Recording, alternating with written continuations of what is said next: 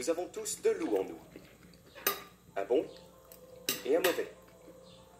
Et ils veulent tous les deux manger. Le mieux que je puisse dire, c'est qu'il faut nourrir le bon un peu plus que l'autre. Le bonheur est une réponse émotionnelle à un résultat. Si je gagne, je serai heureux. Si je ne gagne pas, je ne le serai pas.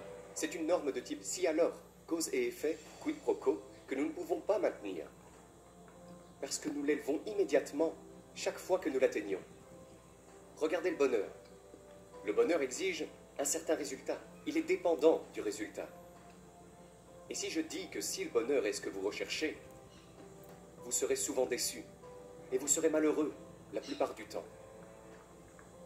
La joie, par contre, la joie est une chose différente. C'est quelque chose d'autre. La joie n'est pas un choix. Ce n'est pas une réponse à un résultat quelconque. C'est une constante. La joie est le sentiment que nous avons en faisant ce que nous sommes faits pour faire. Peu importe le résultat. Personnellement, en tant qu'acteur, j'ai commencé à apprécier mon travail et à être littéralement plus heureux lorsque j'ai cessé d'essayer de faire du travail quotidien un moyen d'arriver à quelque chose. Par exemple, j'ai besoin que ce film soit un succès au box-office. Vous savez, j'ai besoin que ma performance soit reconnue. J'ai besoin du respect de mes pairs. Toutes ces aspirations sont raisonnables, mais la vérité est que dès que le travail, la réalisation quotidienne du film, l'accomplissement de l'acte, sont devenus la récompense en soi pour moi. J'ai eu plus de contrats, plus d'accolades et de respect que je n'en avais jamais eu auparavant. Vous voyez, la joie est toujours en cours. Elle est en construction. C'est une approche constante, vivante, et bien vivante, dans l'accomplissement de ce que nous sommes censés faire et apprécier.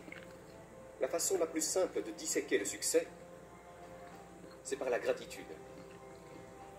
Le remerciement pour ce que nous avons, pour ce qui fonctionne. L'appréciation des choses simples que nous prenons parfois pour acquises. Nous rendons grâce pour ces choses, et cette gratitude s'inverse, créant encore plus de raisons d'être reconnaissant. C'est très simple, et ça marche. Je ne dis pas qu'il faut nier ces échecs.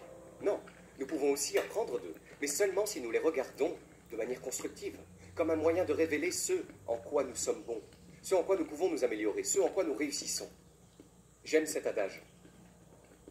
Nous essayons souvent de faire de notre mieux, mais nous ne faisons pas toujours de notre mieux. Et puisque nous sommes les architectes de notre propre vie, étudions les habitudes, les pratiques, les routines que nous avons et qui mènent et nourrissent notre succès. Notre joie, notre douleur sincère, nos rires, nos larmes méritées, disséquons-les et rendons grâce pour ces choses. Et quand nous faisons cela, devinez ce qui se passe? Nous nous améliorons dans ces domaines. Et nous avons encore plus de choses à disséquer. Ce que nous constatons aujourd'hui, c'est cette façon de s'enrichir rapidement sur Internet, de devenir riche en 15 minutes de gloire dans le monde dans lequel nous vivons, et nous le voyons tous les jours.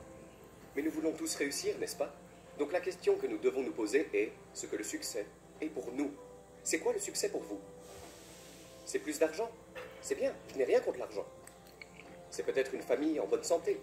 C'est peut-être un mariage heureux.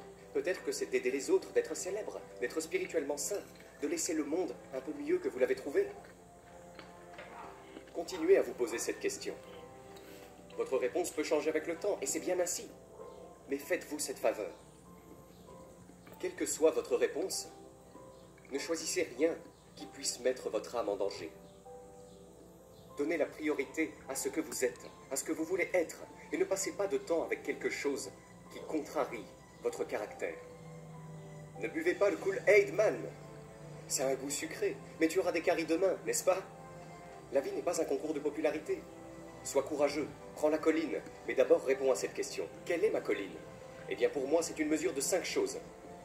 Nous avons la paternité, être un bon mari, ma santé, esprit, corps et âme, une carrière et les amis. Ce sont les choses qui sont importantes pour moi dans ma vie en ce moment. Parce que je veux garder ces 5 choses en bon état. Et je sais que si je ne prends pas soin d'eux, si je ne les entretiens pas, l'un d'entre eux va s'affaiblir. Il va trop puiser dans la section des débits.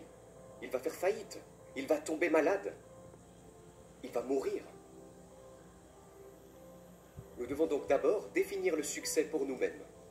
Et ensuite, nous devons faire le travail nécessaire pour le maintenir, faire ce décompte quotidien, entretenir notre jardin, garder les choses qui sont importantes pour nous en bon état.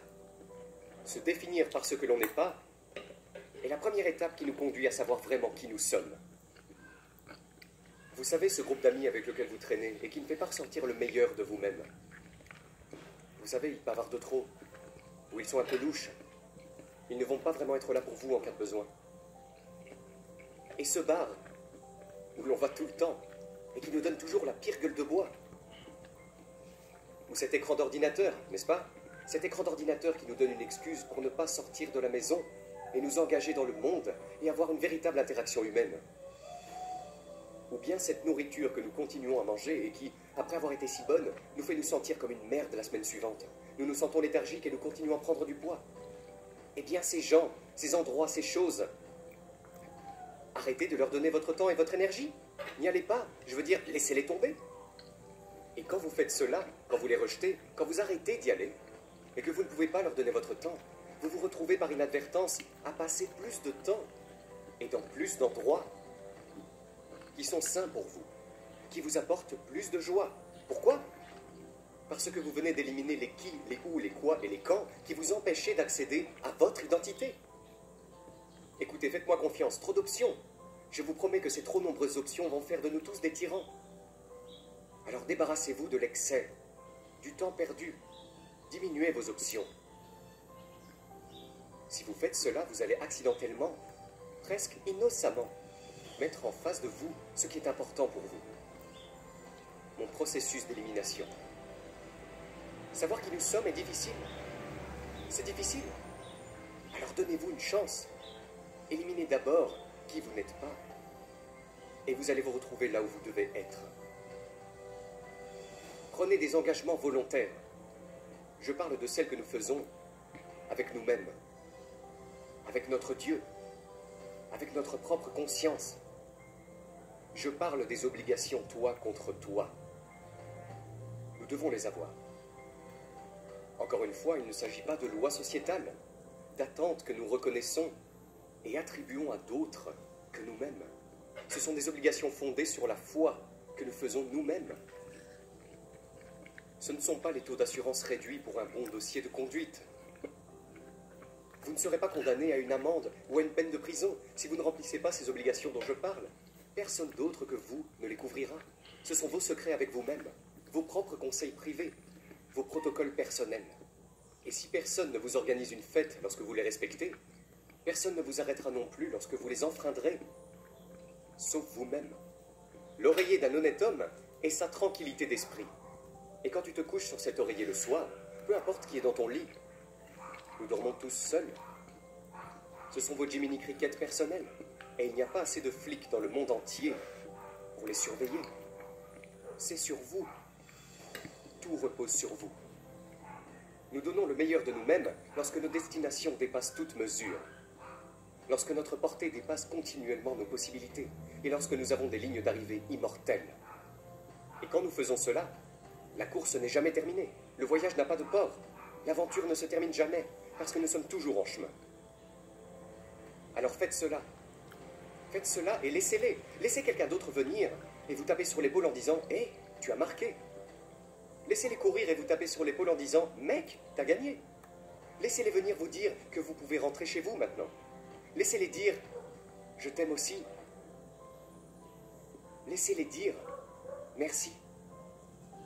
Enlevez le couvercle des routes créées par l'homme que nous mettons au-dessus de nous-mêmes et jouez toujours comme un outsider.